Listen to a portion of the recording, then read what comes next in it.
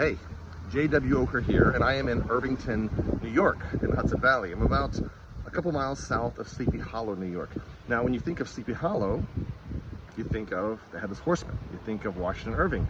And Washington Irving actually lived in Irvington. He lived in Sunnyside, the name of his house, for the last 25 years of his life. And even though we think of the Headless Horseman, that's his most enduring character, he had other characters. And one of them, which is probably the second most famous character, is deceptively simple.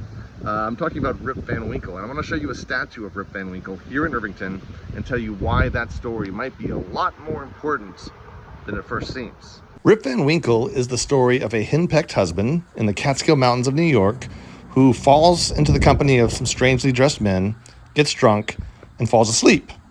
He then wakes up 20 years later, learns that his wife is dead, and lives happily ever after. So a pretty simple story.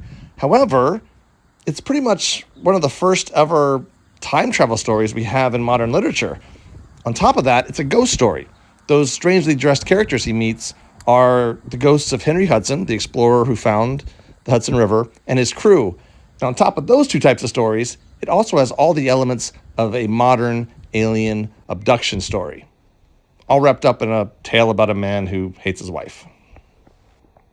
And there you go, Rip Van Winkle, Irvington, New York.